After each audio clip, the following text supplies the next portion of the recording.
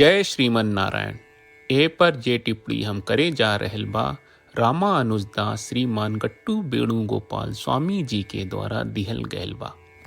अध्याय 8 अक्षर परब्रह्म योग श्लोक 7। तस्मात्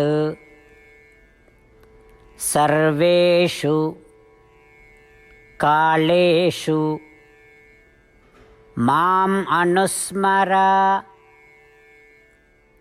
युध्य च मय्यर्पित मनोबुद्धिः मामेव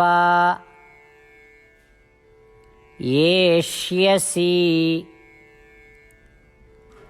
असंशयः। ओम। गीताचार्य श्री कृष्ण परमात्मा अर्जुन समेत हमनी सबके अक्षर पर ब्रह्म योग सिखा रहल बानी। परमात्मा कहत बाड़न अर्जुन हर समय हमरा पर ध्यान देई, हर समय हमरा के याद करत आपन कर्तव्य करी। ई तरह से अगर रौरा मन में हमरा के हमेशा याद राखत बानी आ ई विश्वास बा कि हम रौरा के फल जरूर देब, ता रौरा मृत्यु के समय हमरा के जरूर याद करब। तब आपन आखिरी सांस के समय हमरा के याद करे के शक्ति से निसंदेह हमरा लगे पहुंचब आ खाली हमरा के प्राप्त करब।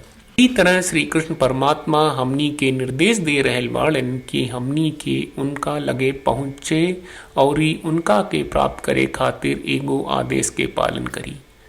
ता यहाँ हमनी के ई समझे के जरूरत बा कि हमनी के जौन नतीजा हासिल कहल चाहत बानी ऊ श्रीमन नारायण बा। श्रीमन नारायण के प्राप्त करे खातिर हमनी के अंतिम सांस के समय श्रीमन नारायण के याद करे के जरूरत बा।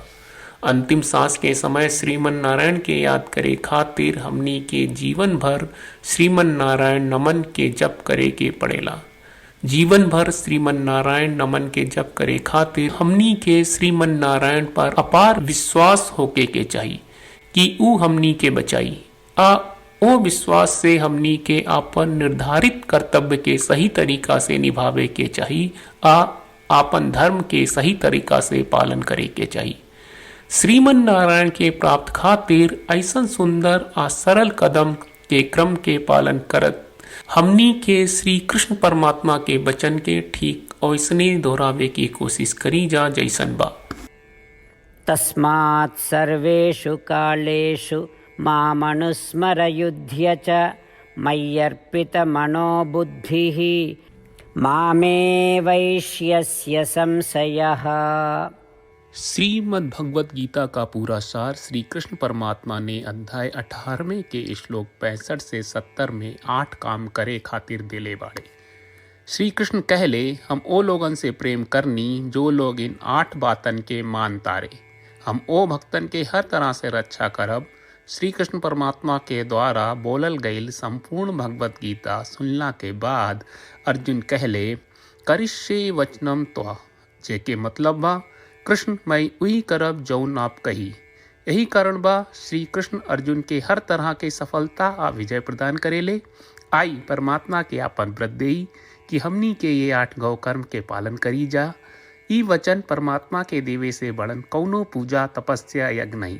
हम 8 प्रण कहब जौन हमनी के करे के चाहिए। आप सब कृपया इन्हन के आपन दिमाग और दिल में सोची।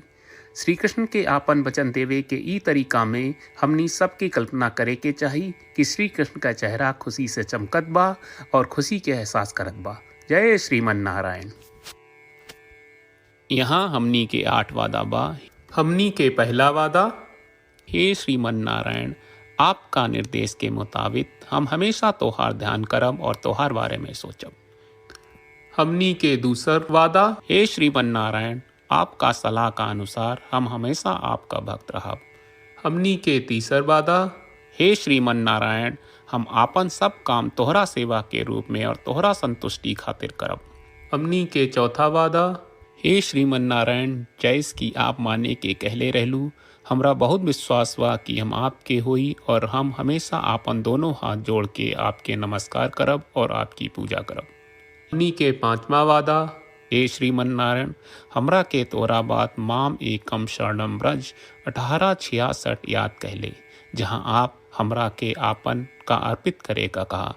श्रीमन नारायण, मैं हमेशा तोरे शरण में रहा। हमनी के छठवां वादा। हे श्रीमन नारायण, हमरा के तोहरा बात माँ सुचहा 1866 याद कहले कि आप हमनी के शोक ना करे का आश्वासन दे रहे बड़े, हम अब और शोक ना करब। हमनी के सातवां वादा। हे श्रीमन नारायण, आपने हमरा खातिर श्रीमद् भगवत गीता के वितरण करके हम सबके कृपा कहले और आशीर्वाद दहले बा। हम वादा करत बानी कि रोजाना कम से कम एक श्लोक पढ़ब या सुनब। हमनी के आठवां वादा। हे श्रीमन नारायण, आप गीता के पूरा मानवता तक ले गयलू। हम गीता में आपके दिव्य वचन के उन भक्तन तक पहुँचावे के प्रयास करब जे गीता से अपरिचित बा। हे श्रीमन नारायण, हम उई करब जौन तू करे का कहब। हम ऐसन व्यवहार करब जैसन आप चाहत बानी और हम खाली आपका खातिर काम करब। श्रीमन नारायण के रोज आपन वचन देहल कि हम ओइस करब जैस आप कहत बानी, ई अपने आप में बड़न पूजा बा। श्रीमन नारायण, करशे वचनम त्वा। श्रीमन नारायण, हम तोरे निर्देश के मुताबिक काम करब। सर्वम श्री कृष्ण अर्पणम अस्तु। जय श्रीमन नारायण। तस्मात् सर्वेषु कालेषु माम् अनुस्मर युध्य च मय्यर्पित मनोबुद्धिः मामेव येष्यसि असंशयः। ओम तस्मात् सर्वेषु कालेषु मामनुस्मर युध्य च मय्यर्पित मनोबुद्धिः मामे वैष्यस्य संशयः। जय श्रीमन नारायण। सब भक्त लोगों से विशेष अनुरोध बा, जीवन में हर चीज में हमनी के तत्कालिक और प्रभावशाली परिणाम की अपेक्षा रहेला। एकरा खातिर आइए रोजाना 1 मिनट के समय निकालल जाए और नारायण आश्रम पढ़ल जाए। नारायण आश्रम प्राप्त करे खातिर नारायण आश्रम वेबसाइट पर जाई, जो www.narayanashram.org है, और पंजीकरण में आपन नाम और ईमेल दर्ज करी।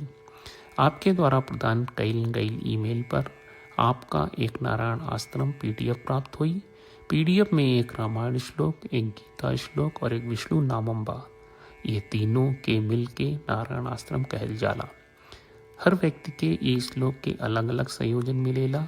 जब हर कोई 24,000 भक्तन के साथ रोजाना आपन नारायण आश्रम पढ़त आ सुनत बा, ता हर दिन संपूर्ण रामायण का 1 दौर, श्रीमद् भगवत गीता पारायण के 33 दौर और श्री विष्णु सहस्त्रनाम स्तोत्र पारायण के 24 दौर प्रतिदिन पूरा होएला। ई एक बहुत ही उल्लेखनीय और विलक्षण परिणाम बा, जौन हर एक दिन ऐस करे से निकलेला। ई कारण बा कि आप और आपके परिवार के सदस्य तुरते जाके आपन नारायण आश्रम प्राप्त करी। जय श्रीमन नारायण।